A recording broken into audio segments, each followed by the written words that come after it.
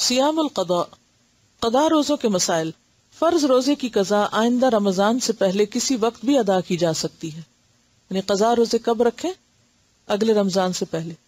عن عائشہ رضی اللہ عنہا قالت کان یکون علی الصوم من رمضان فما استطیع ان اقضیہ الا فی شعبان، متفق علیہ۔ حضرت عائشہ رضی اللہ تعالی عنہا کہتی ہیں مجھ پر رمضان کے روزے باقی رہتے اور میں قضاء روزے شعبان سے پہلے رکھنے کا موقع نہ پاتی۔ اور شعبان کب ہوتا ہے؟ رمضان سے پہلے۔ اکثر لوگ ایسے ہی کرتے ہیں، اچھا رکھتے ہیں اور پھر اگلا رمضان آ جاتا ہے۔ اس سے بخاری اور مسلم نے روایت کیا ہے۔ فرض روزوں کی قضا متفرق طور پر یا لگاتار دونوں طرح جائز ہے، یعنی آپ چھوڑ کے بھی رکھ سکتے ہیں اور ایٹ اسٹریچ بھی رکھ سکتے ہیں، اکٹھے بھی۔ عن عائشہ رضی اللہ عنہا قالت نزلت فعدۃ من ایام اخر متتابعات فسقطت متتابعات رواہ الدارقطنی صحیح۔ حضرت عائشہ فرماتی ہیں روزوں کے بارے میں پہلے یہ آیت نازل ہوئی کہ قضاء روزے رمضان کے علاوہ دوسرے دنوں میں مسلسل رکھے جائیں، لیکن بعد میں مسلسل روزے رکھنے کا حکم ختم ہو گیا۔ اسے دارقطنی نے روایت کی، اور اگر یہ حکم باقی رہتا، منسوخ نہ ہوتا، مشکل ہو جاتی۔ اللہ تعالیٰ کتنی آسانی کرتا ہمارے لیے۔ قال ابن عباس رضی اللہ عنہما لا بأس ان يفرق لقول اللہ تعالی فعدۃ من ایام اخر رواہ البخاری۔ حضرت عبداللہ بن عباس فرماتے ہیں قضاء روزے رکھنے میں الگ الگ روزے رکھے جائیں تو کوئی حرج نہیں، کیونکہ اللہ تعالیٰ کا ارشاد ہے دوسرے دنوں میں تعداد پوری کی جائے۔ اسے بخاری نے روایت کیا، یعنی اصل مقصود کیا ہے؟ تعداد کا پورا کرنا۔ مرنے والے کے قضاء روزے اس کے وارث کو رکھنے چاہیے۔ عن عائشہ رضی اللہ عنہا قالت قال رسول اللہ صلی اللہ علیہ وسلم من مات وعلیہ صیام صام عنہ ولیہ، متفق علیہ۔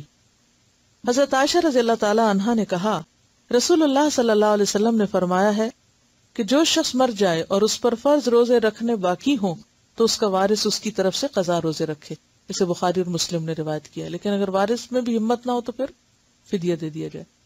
نفلی روزے کی قضاء ادا کرنی واجب نہیں ہے، یعنی اگر آپ نے نفلی روزہ رکھا اور توڑ دیا تو قضاء رکھنا ضروری نہیں۔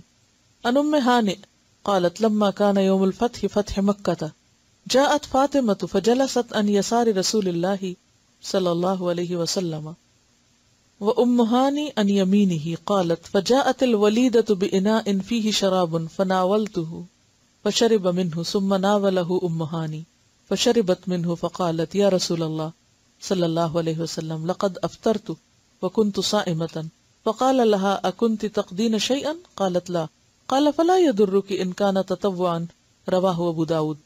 حضرت ام ہانئ کہتی ہیں یوم فتح مکہ یعنی فتح مکہ کے روز حضرت فاطمہ رسول اللہ صلی اللہ علیہ وسلم کی بائیں طرف آ کر بیٹھی، آپ کے بائیں طرف آ کر بیٹھی، اور میں یعنی ام ہانئ آپ کے دائیں طرف۔ اتنے میں ایک لونڈی برتن لے کر آئی جس میں پینے کی کوئی چیز تھی۔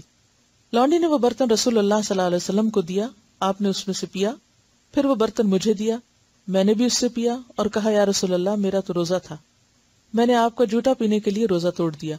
آپ صلی اللہ علیہ وسلم نے پوچھا کیا تم نے قضا روزہ رکھا تھا؟ میں نے عرض کیا نہیں۔ آپ نے ارشاد فرمایا اگر نفلی روزہ تھا تو کوئی حرج کی بات نہیں، یعنی کوئی حرج نہیں، اس کی قضا دینا ضروری نہیں۔ ہاں اگر نظر کا روزہ ہو یا قضا روزہ رکھا اور وہ توڑے تو پھر اس کی قضا ظاہر ہے کہ دینی ہوگی، کیونکہ قضا روزہ جب تک قضا کریں گے نہیں، پورا نہیں کریں گے تو پورا ہی نہیں ہوگا۔ اگر کسی نے بادل کی وجہ سے روزہ قبل از وقت افطار کر لیا لیکن بعد میں یقین ہو گیا کہ سورج غروب نہیں ہوا تھا، اس صورت میں قضا واجب ہوگی۔ اسی طرح سحری کے وقت کھانا کھا لیا، بعد میں یقین ہو گیا کہ صبح صادق ہو چکی تھی، اس صورت میں بھی قضا واجب ہوگی، کفارہ نہیں۔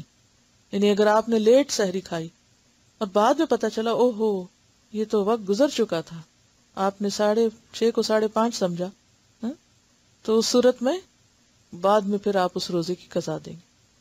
ان اسماء بنت ابی بکر رضی اللہ عنہما قالت افطرنا على عهد رسول اللہ صلی اللہ علیہ وسلم فی یوم غیم ثم طلعت الشمس قلت لہشام امروا بالقضاء قال بد من ذلك رواہ ابن ماجہ۔ حضرت اسماء بنت ابی بکر کہتی ہیں کہ رسول اکرم صلی اللہ علیہ وسلم کے زمانے میں ایک روز ہم نے بادل کی وجہ سے روزہ افطار کر لیا، بعد میں سورج نکل آیا، کیونکہ اس دور میں گھڑیاں تو نہیں ہوتی تھی نا کہ ٹائم دیکھتے لوگ۔ حدیث کے ایک راوی اسامہ کہتے ہیں میں نے ہشام یعنی دوسرے راوی سے پوچھا کیا لوگوں کو اس وجہ سے قضا کا حکم دیا گیا تھا؟ ہشام نے جواب دیا قضا کے بغیر کوئی چارہ ہے؟ یعنی اور پھر کیا کہا گیا؟ یعنی قضا ہی کروایا گیا. اسے ابن ماجہ نے روایت کیا.